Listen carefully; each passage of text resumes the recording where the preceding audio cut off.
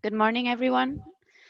Thank you for your interest in this info session and for being here to know a little bit more about the INNO4COV-19 open call. I will start by making you a brief presentation about the project so that you understand how the open call fits within the overall objectives of the project. And then I will share with you some information related with the open call, which is what brought us all here today. So starting with the INNO4COV-19 project, INNO4COV-19 stands for Boosting Innovation for COVID-19 Diagnostic, Prevention and Surveillance.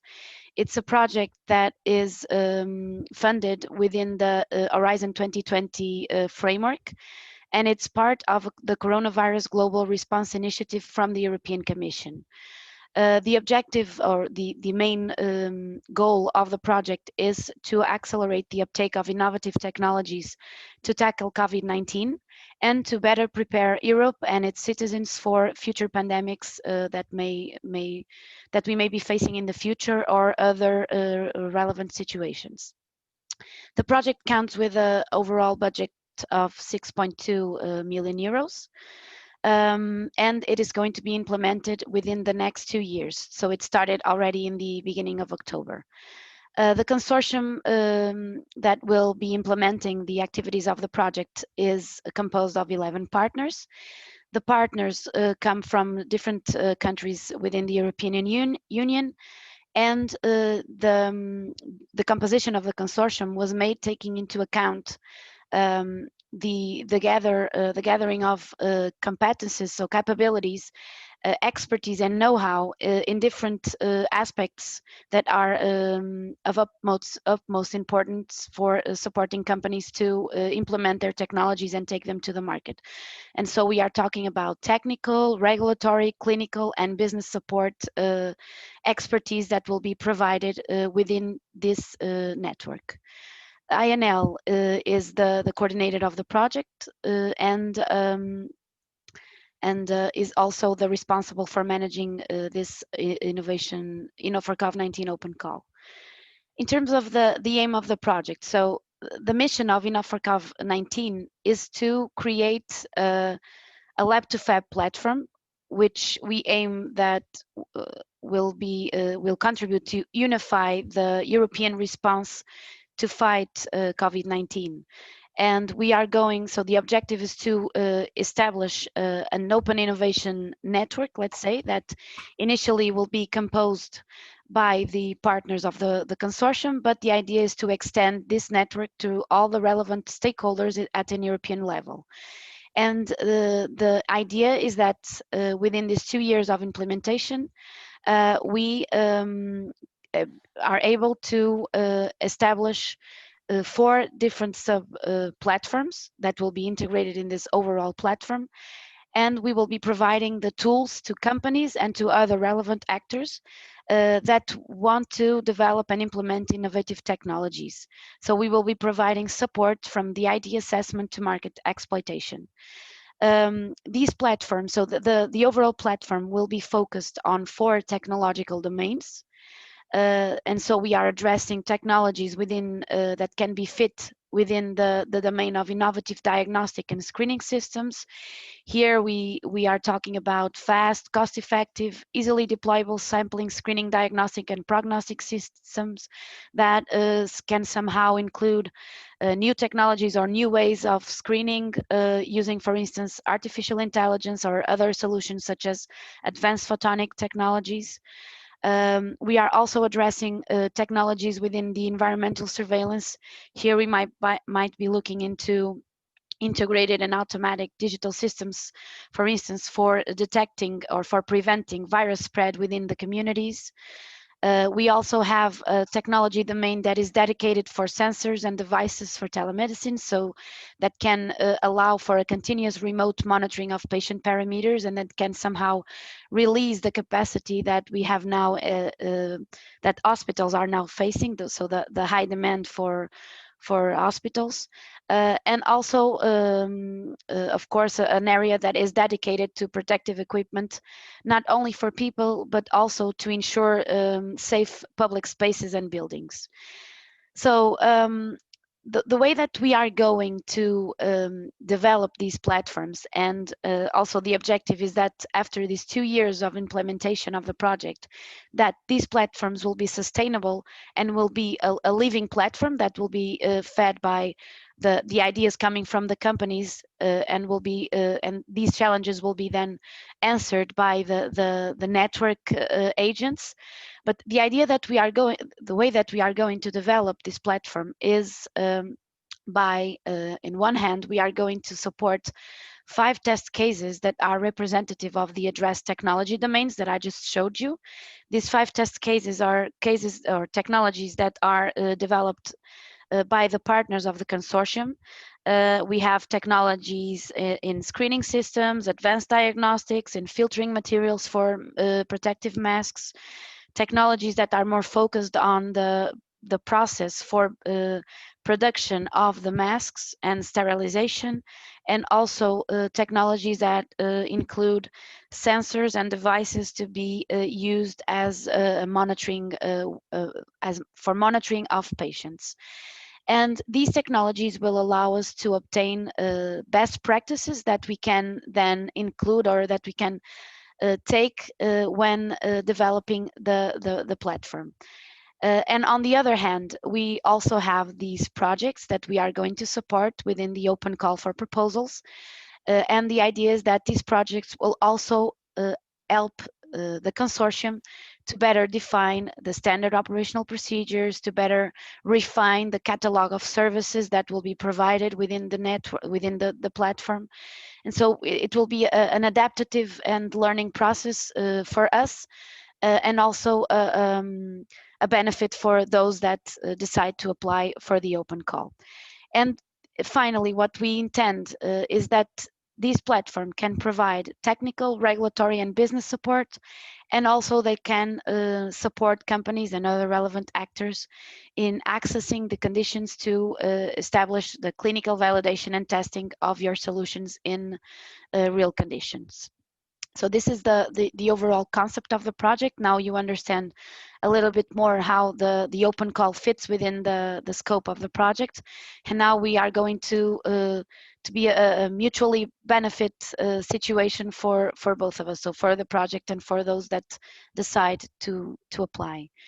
Going into the INNO4COV-19 open call and the information that I wanted to share with you today. So most of you might already know more or less this information, but for those of you that are not familiar, so the open call aims to provide support to companies or consortia of companies that have solutions that are a really response to the challenges that we are facing right now nowadays. So we really want to support those technologies that can actually have an impact on COVID-related challenges. And therefore, the technologies need to be already in a later stage of development. So we are addressing technologies that are at a technology readiness level of 6 or 7. So that this means that they need to be validated in relevant environments. And in some cases, of course, we understand at a lab scale, but that already have or that only need the assembly and to be validated then in real conditions. The technologies need to focus on one of the 4 technological domains that I just showed you, that are also listed here. And the way that, or the benefits that you will have if you apply and if you are successful in the open call, are, besides the financial support that is up to 100,000 euros, 100% funded, is also you will also be benefiting for tailored support and guidance that will be provided to you by the consortium. And that will be supporting you in technical, regulatory, and business aspects of course, into some extent. So we are talking about guidance and support um, that can be provided at an initial stage. Besides this, we also ensure you that you will have media exposure. We will be disseminating materials for all the projects that will be approved, and concerning also the importance of and the urgency of the the fight to COVID-19, you will also be benefiting for media exposure that will also be, of course, of an advantage to you in terms of market exploitation and market introduction of your technologies to the market. The open call is already launched, so it was launched on the 2nd of November. It will be open until the end of May 2021, and we will have 3 cutoffs. One already at the end of this month, another one in the end of March, and at the end of May. And at the end of each cutoff, we will be evaluating the batch of proposals we received so far. And you will have, so the timeline for having a feedback will be 40 days after each cutoff date. In terms of the eligibility criteria, so the most relevant or the most important information that you have to retain is that the proposal, so the project, the open call is destined for companies. So we only accept applicants that are companies legally recognized and that need to have to qualify for H2020 funding, or consortia of companies. Of course, that there are also some requirements that have to be fulfilled, and you can also, and I advise you to read carefully the guide for applicants, specifically the section 2, where you can find the rules and conditions. And the necessary requirements that you need to comply with are, for instance, that you should not have had convictions for fraudulent behavior, you should not have been declared bankrupt, and other relevant requirements that you can consult in the guide for applicants. You have to be based in one of the member states of the European Union or in an associated country to H2020. Here, let me just highlight that UK entities are eligible within the H2020 framework, and this also applies to cascade funding or to this third-party granting system that that governs the open call. Your technologies, as I said before, need to fit under one of the 4 technological domains, and the technologies need to be between TRL 6 or 7. Just to make clear that research and technology organizations are not eligible, even if they are part of the consortia, they will not receive the financial support, okay? So the financial support is only destined for companies.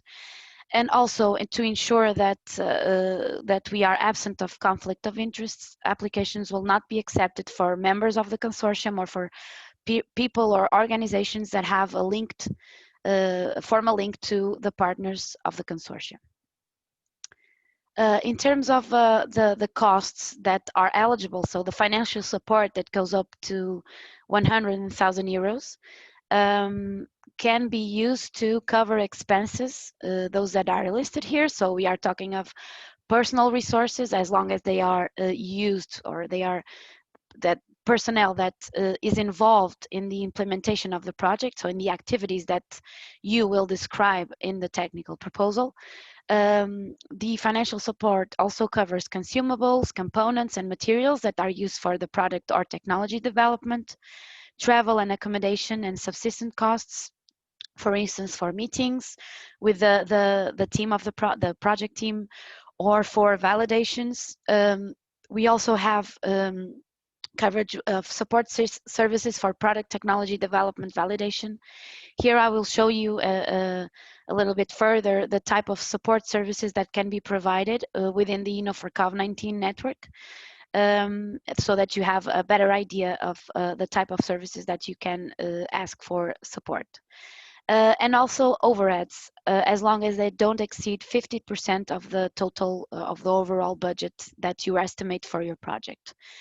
Again, let me just clarify some situations that are not eligible. So acquisition of equipment, costs that are not related with the project implementation, costs that are incurred before the project start date, and also costs that were already funded by other European Union projects. You can apply with a project that is being funded. So the overall project can be funded by the European Union. So you can have a funded project that you wish to apply here, but the costs that you request for which you request the financial support cannot be already funded by the other project. Other relevant criteria and information. So English is the only official language during the whole length of the third party grant process. So the technical proposals, all the communications, the evaluation process, everything needs to be done in English. Another thing is that you can apply with as many projects as you want, but no project can be funded twice by this open call. No single party can receive more than 100,000 euros throughout the open call. So this limit is valid for all the cutoffs. So you can apply more than in one cutoff, but in overall you cannot have more than 100,000 euros of financial support. And also this limit applies for projects. So each project cannot exceed a budget of 100,000 euros. The mandatory submission tool is the one that is available at F-Success platform. So in this link here, and that you can also find in the guide for applicants and in the website of the project. Now going to a little bit into the process for submission. So how you can apply for the open call. So in overall, these are the steps that you need to fulfill. So first, we really advise you to carefully read the guide for applicants. You also have available in the website of the project and specifically on the tab dedicated to the open call. A document that has some frequently asked questions and that we are going to update regularly based on the questions and the feedback that we are receiving through the help desk, which is also another tool that you can access to if you have any questions. So we advise you to carefully read everything, the rules and conditions, the rules for participation, how the process will be, how the proposals will be evaluated. After that, you can download the proposal template, take a look in what is requested. Please comply with the character limits here when developing your proposal. Then you have to fill in the proposal template and save it as a PDF file. Then you go to the F-Success platform, you start your application online. You can, when you navigate to the platform, you will see that, well, first you have to do a registration, but then that allows you to save your application and to keep the application, the fields are still complete, and you can then finish and upload the documents in a later stage. You have to upload your proposal file and then submit your application and wait 40 days until you have a communication of the results. Where to begin? So you can go to the website, so the dedicated page that we have to the open call, and where you can see the documents that we have available. And if you click at apply here, you will be redirected to the F-Success platform. So registration is required. It's a simple registration as you will see. So you can use your Facebook account, your LinkedIn, or even log in with your email. And this will allow you then to have a track on your application and to also be able to exchange messages. So if you submit an application, for instance, and you wish to review something before the deadline or to resubmit it again, you can also place there a comment and ask for resubmitting, and we will reopen your submission and allow you to change what you have inserted so far and to upload another document. So the registration gives you the flexibility to do these type of things. Going a little bit into the technical proposal. So first, an important note that we really want to stress is to do not disclose any confidential information. Okay, so we are binded so we will comply with a confidentiality agreement. Everyone involved in the evaluation process, not only the internal evaluators, but also external evaluators that we will have, We'll also have a confidentiality agreement, but we believe that it is better if you don't provide confidential information. You will have the chance to have an interview if your proposal is successful in reaching a threshold.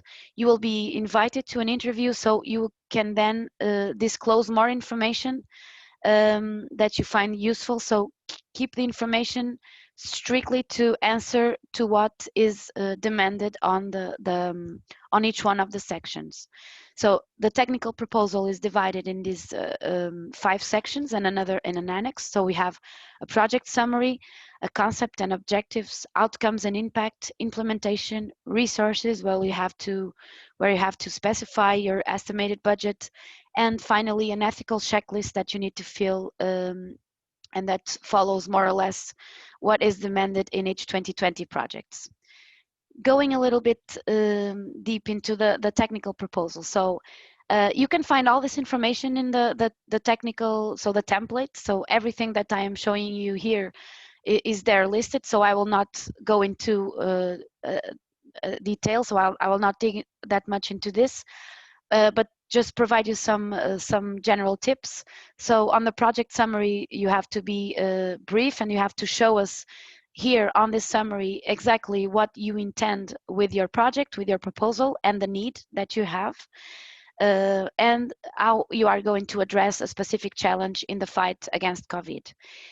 Please be aware that this section will be used for communication purposes, so please don't really don't include any confidential information.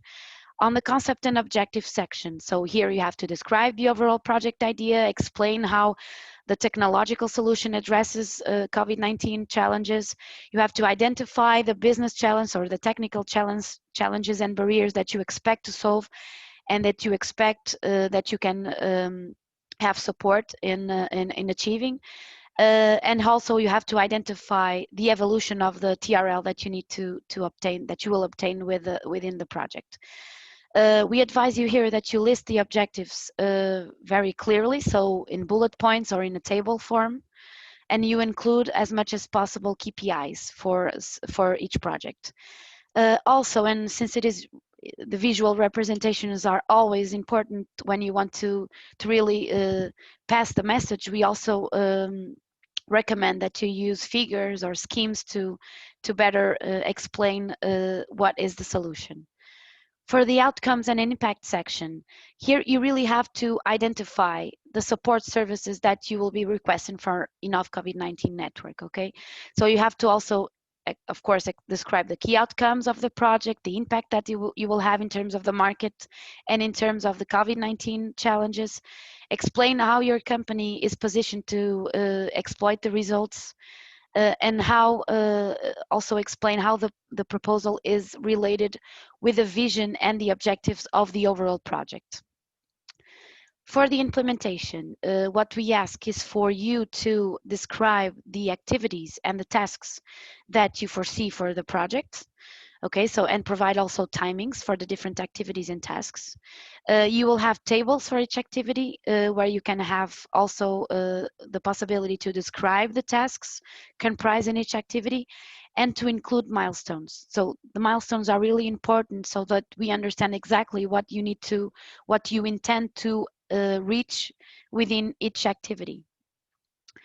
And then the final section is the resources. So here what we expect is that you estimate the overall budget for the project, and you need to explain so you need to include this information in 3 tables. So once the first table, you need to describe or to include the budget for each activity.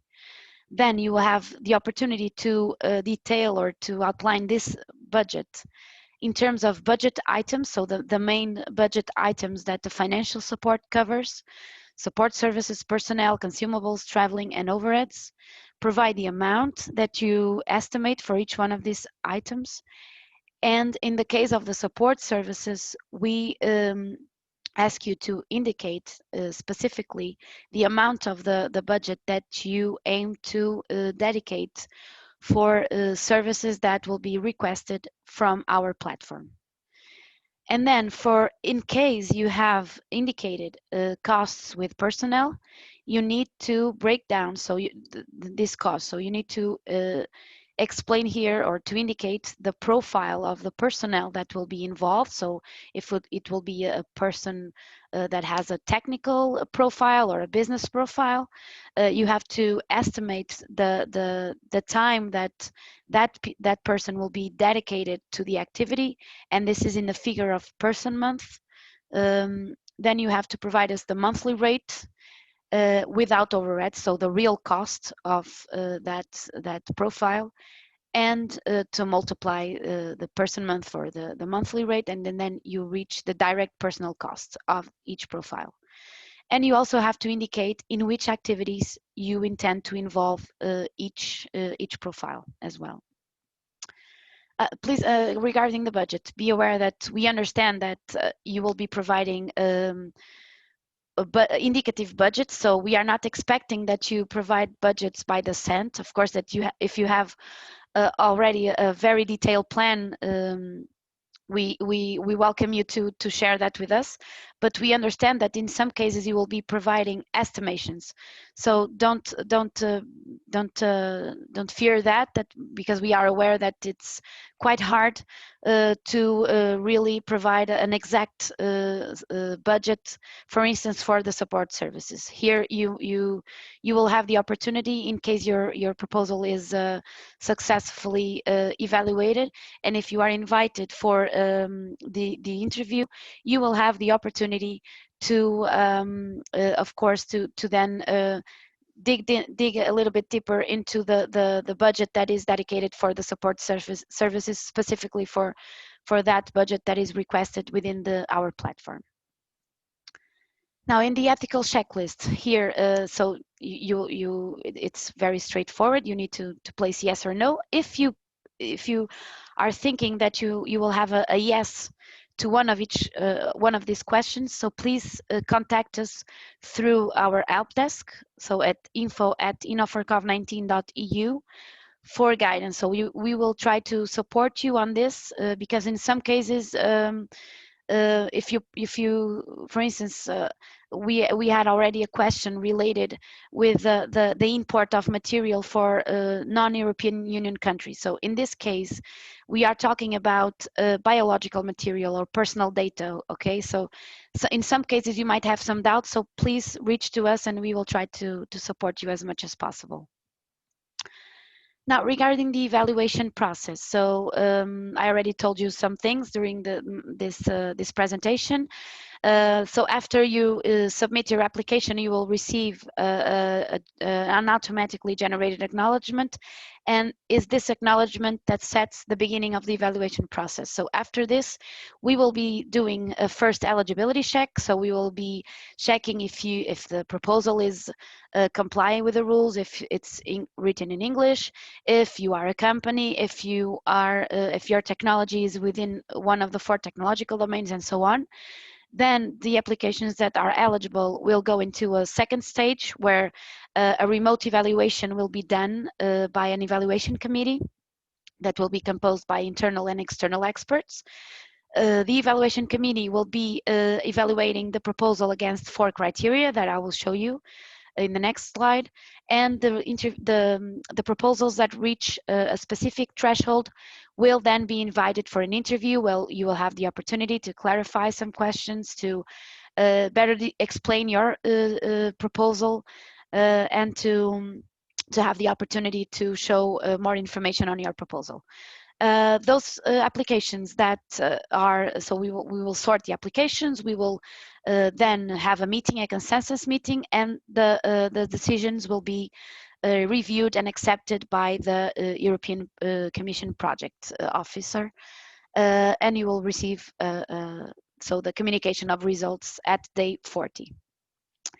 The criteria for evaluation, so they follow more or less what is normally used on this type of applications. So we will be assessing the impact of the technology, the excellence of the idea and the approach that you propose, the quality and the efficiency of the implementation, and also the added value contribution from our network.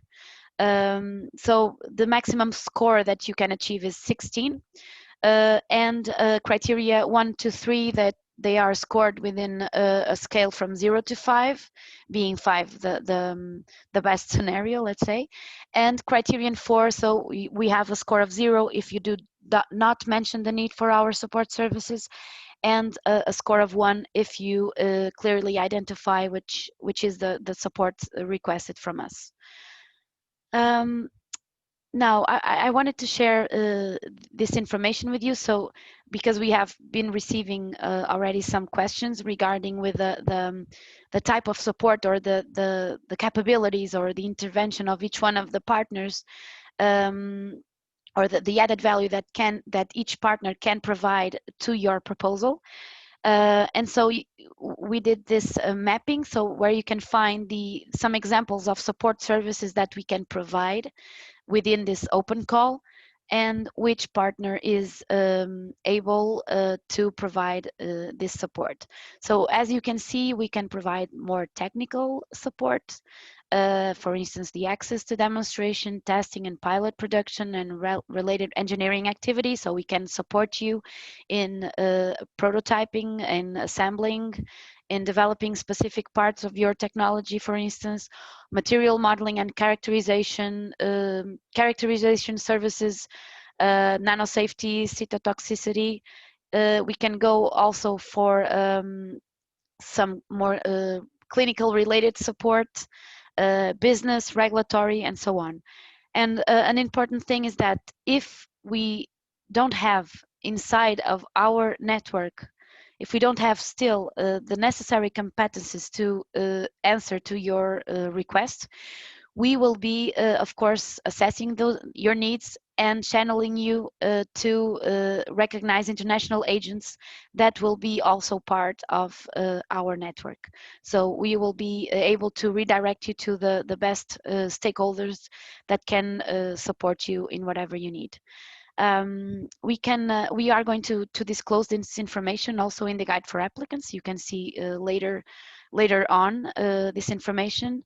And then you can also, I invite you to visit also the websites of the partners that are involved in the project, so that you can find also some information on the technical background, the expertise, the infrastructures that we have in-house, and you can better understand how we can support you. Just a final thing. If you go to when you go to the F-Success platform, you will find a tab there, which is this one highlighted, Discuss, where you can include your questions. You can start an open discussion that will be public to everyone. So although we have the help desk, and we encourage you to ask all your questions through that channel, we also invite you to use this tool in the F-Success platform, because this will allow you also in a more collaborative way to ask questions, to have your questions clarified, so everyone will have access to what is being discussed in terms of the specificities of the project, of the open call, and it will be more profitable for everyone, and a more open process, let's say. So after being here 30 minutes talking and giving you a lot of information, so I invite you to questions that you may have. So let me see. Just a moment. So let me just tell you that besides me, Mariana Fernandes, that I'm part of INL. We have also here Paula Galvão, which is the Chief Officer of the Business and Strategic Relations Department at INL, and she will be also providing assistance to your questions. So let me see. Thank you, Mariana. We already have some questions on the Q&A. Okay, I'm going to see it in order. So hello, the applicant can be a single organization or a consortium. Should be the cost of clinical validation and regulatory for support that will support me. Okay, so yeah, so the applicant can be a single company or a consortium. Of course, that the project might be developed by a consortium, but if you apply, if the consortium is not a legal entity, let's say, you can nominate a company that will apply on behalf of the consortium. But on the technical proposal, you should describe that project is being developed by the consortium, and explain a little bit how the composition of the consortium and the role of each partner within the consortium. And the costs for the clinical validation and the regulatory support that we might provide for within the network, they will have to be integrated in your budget. So you will have to estimate how much of the budget you are willing to, or you think it's reasonable to include for this type of support. And as I said before, if your proposal reaches the threshold that will allow you to go to an interview, then we will be discussing with you in more detail the budget that you have set for our support services. Now, the second question, can you please clarify proposal writing 2000? It's with spaces. You can find on the technical proposal that the limits that we provide include spaces already. Mariana, it's important to say that I think on the previous question, if a consortium, RTOs and universities are not eligible, right? Yeah, exactly. Yeah, I already told that on the when I was explaining, but this is really important for you to understand that even if they are part of the project implementation, so their costs will not be funded within the financial support that we provide, and so that's why they are excluded from the applicants. Now, the third question, limits on characters are space. Yeah, I already answered, so it's space included. Next, are there standard costs for the different profiles of personnel, or do we need to use real costs? Real costs. Yeah, real costs, exactly. We don't specify limits. Will these slides be shared? Yeah, we are going to share this. So this video is going to be available on our website, so you can dig into this information. But let me just tell you that all the information that we disclosed today, it is included on the guide for applicants, on the frequently asked questions. So everything is already made public. And you can access that information there. And we will always be updating, let's say, the questions, the frequently asked questions document, so that we can accommodate all the questions that we will receive through the help desk. Is there a synthetical description for each service in the table? We don't have a synthetical description, so we have general support services that we can provide, and then it's up to you to tell us exactly what you need within your proposal. So we wanted to leave it as open as possible, so that we don't restrain the type of service, the support that you will request. I hope this clarifies. I don't know, Paula, if you want to add something. No, it's okay. Yeah. Now, next question. Dear all, thank you very much. Concerning support services, do we need to contact one or more partners inside your network before submitting applications? Or is it enough to indicate in the proposal which kind of services we need from the network? So we, during the proposal stage, we are not going to interact with the applicants regarding the specific support that you need from us. So we want to make the process as clean and open as possible. So we strongly advise that you include on your proposal the need that you think, or the need that you need from us, the service that you need from us, and then if we have some questions, we will come to you rather than doing the other way around. So in this way, we leave the process as much open and clean as possible. Yeah, I hope this answers your question. So next question, if a proposal is rejected, can the project be resubmitted in the next call? It can. So you can always improve your application, your proposal, or it might happen that between one of the cutoffs, your proposal or your technology will be more advanced and you will have more information to provide to us. So you are always invited to resubmit your application in next cutoffs. Is the open call addressed to biomedical projects or also to technical ones?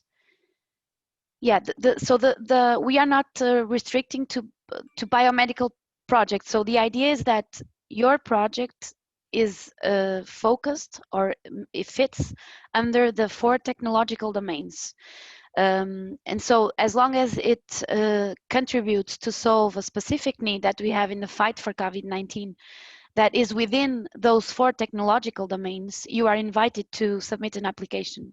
So you don't need to be a biomedical based company to apply for the call.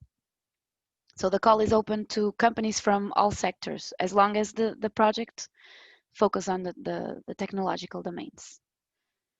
What are the best practice to estimate the support costs? Should we consider it as I don't understand this question too much. I don't understand this question, Mariana. I don't know if you understand it.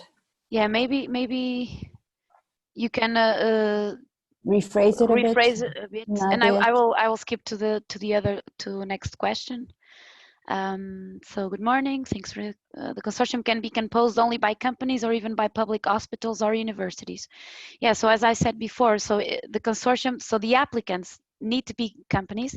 The ones that will have the financial support are companies, but the project itself, so the overall project, might have public hospitals or universities benefiting from the project, but the financial support is only destined for companies. So the next question, can the costs include testing of the prototype in specialist laboratories? Yes, it can include. So as long as it is a cost that you need to take your technology to the market, you can include it in the proposal. In case of a clinical study to show the capabilities of our product, so in this case a remote monitoring system, can we perform it in our country or does it have to include a second, third party? Yeah, I think that you can perform it in your country. Yeah. I don't know, Paula, if you have anything to add to this. I think we don't put restrictions. No restriction, yeah. So another question: if my project is selected, how is the payment scheduled and amount? Okay, so the way that we are going to provide the financial support is in the form of is a form of a lump sum that will be paid in 2 installments. So we will be providing 50% of the budget of the financial support after signing the grant agreement, and then 50% at the end of the project. Of course, if the milestones or we will be also looking into the milestones and the objectives of the project. If they are successfully achieved, if the project is implemented, is well implemented, then we will provide the 50% at the end of the project. Here, let me just share with you that we will be closely following up all the projects. We will be assigning a project delivery manager to each selected projects, and so we will be having regular interactions and meetings, and we'll be also understanding if everything is going well, if we need to deviate to redirect a little bit the project, and so we will try to support you also in achieving your milestones. Another question: are nasopharyngeal or oropharyngeal swabs or their derivatives considered like human cell tissues?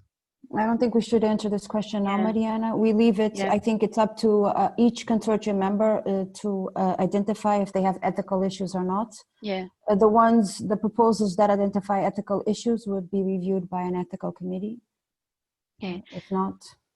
Yeah, I think that in this case, probably the best way is to place a yes to the question and to indicate what you refer to, and then we will assess if that's an issue or not.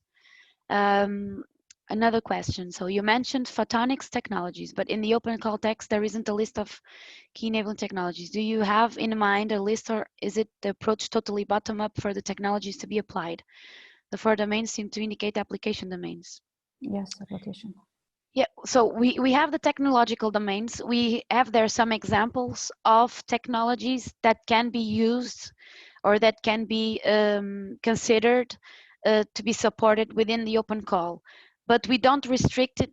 We don't restrict the technology itself. We restrict the overall technology domain, or the fit of the technology, the product or the service that you will be providing within those domains.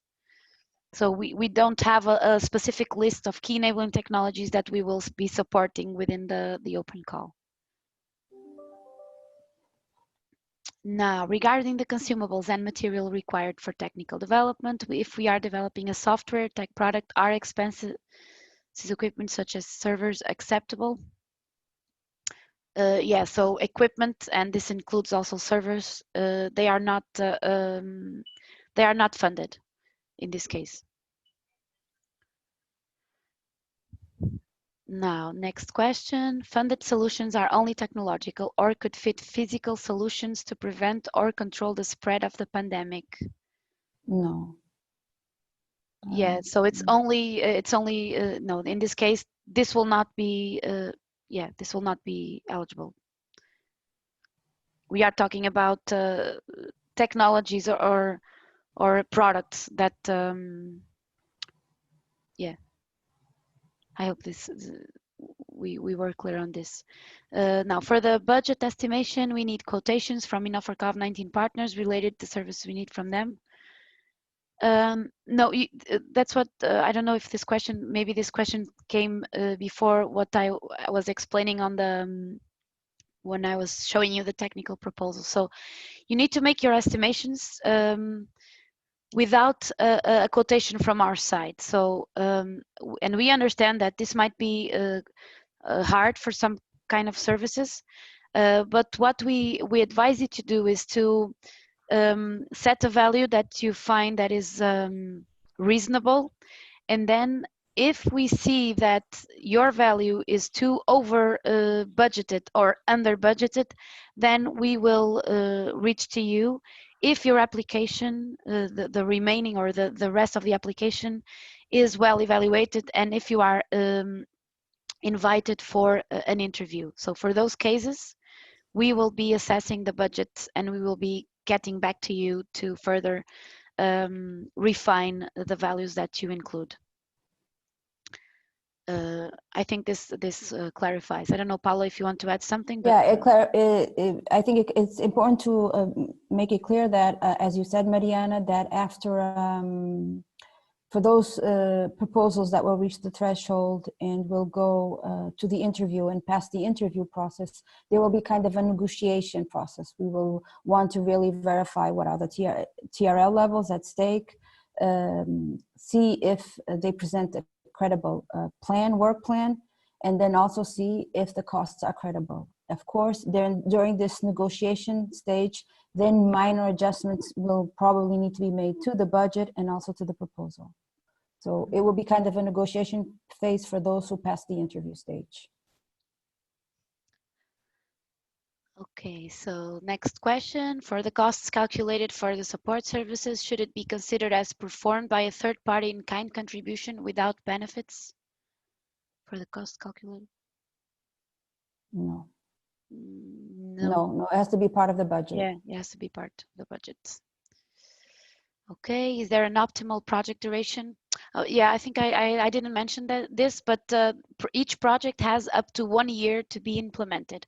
So because we are really, we and the European Commission is really eager to see projects going and technologies going to the market in the short time. So we really need to address the challenges that we have now, and so we are giving up to 1 year to the projects to be implemented. Now, would the vaccine technology come within the 4 domains? We will have to check. I think here Yeah. it will be up to the partner to identify, right, and to clarify this, and then during the evaluation, the evaluators will see if or not. Okay. So this to make sure that we're following the approach, we will not, also to make it a clear and transparent process. By default, we are not helping any proposer to clarify if their proposal is or not well within the topic. We provided the guidelines. The guidelines are clear in terms of technological areas. So it will be up to the proposer to evaluate if their project idea is or not in compliance with the call topics. So once again, this is a matter of transparency of the process and to make sure that all proposers have access to the same type of information. Exactly. Thank you, Paula. Now, next question. Do you consider also purely software solutions such as contagion models to be used by policymakers as proper? What question is that? I'm not. So do you consider also purely software solutions such as contagion models to be used by policymakers as proper? No, we cannot decide that. Yeah, we cannot decide. We cannot answer this question. Are admitted only medical devices or other kinds of COVID-19 detecting technologies can be proposed to? This goes to my previous comment also, Mariana. So yeah. What type of activities are eligible for funding? Demonstrating, prototyping, market analysis, promotional activities, marketing. So, yeah, go ahead, Paula. Yeah. So basically all activities that are needed to bring your product into the market. And once again, the credibility of what you propose in terms of the technical proposal and credibility of what you propose in terms of budget will count also the evaluation. And if you see that including marketing activities is important, and if it's well explained, and if it is in line with what you propose in your work plan, then it will be up to the evaluators to decide. Thank you. Is there a limit in terms of budget for subcontracting if needed? No, the only limit that we have is for the overheads, which is 15%. Then we don't have limits for each one of the other cost items. So it has to be in proportion to what you describe in your implementation. So it has to make sense, to be aligned with the activities that you propose. And now the final question. So does the project has to start after the grant agreement signature? So 1 year starts after that date? So the project has to start after the sub-grant agreement signature? Because we don't have, so we don't finance costs. So the financial support is not retroactive. Okay, so we are not going to make retroactive payments. But we are talking about the project that you will be applying for the financial support, because the overall project, so your technology may start before the grant agreement's signature. But in fact, yeah, the project that they are proposing, the technical work plan they are proposing, and the budget they are proposing will have to start after the grant agreement signature, because, well, this is an emergency action. And, well, the sooner these projects start, the better. And also, this is why we have such a short time frame between the call launch and the first cutoff date, which is more or less 1 month. And the following cutoff dates are also quite close, because the European Union really wants solutions fast in the market. So the sooner the better. And also because we have 1 year, and also because our contractual project is only of 2 years. So necessarily projects will have to start right after the grant agreement. Okay, so besides the Q&A, we have here some questions on the chat. So one, good morning, thank you for your presentation. Consider the extra point given if the solution is included in the INNO4COV platform. Should the applicant include a dedicated budget for the consortium members as well? So yeah, so as you see, we have a criteria that that values if you identify the need for the contribution from our network. So in this case, you have to indicate that or include that on the dedicated budget, on the overall budget of the project. Now the other question, subcontracts with research institute is allowed? Yes, it is allowed. And if a proposal is rejected, can apply any other cutoffs? Yeah, as I said before, you can also apply, you can always apply to the following upcoming cutoffs. You can improve your application, and you are more than invited to resubmit it again. If my company applicate with a private research center, the financial support continues only cover, yeah, so the financial support only covers the costs incurred by the companies. Yeah, I think that, I don't know if we don't have more questions. Yeah, I think the question's finalized. I guess Yeah. we're almost 1 hour, right? The webinar was half an hour, but we're close to 1 hour now. So we would invite additional questions. Please send them through the help desk email.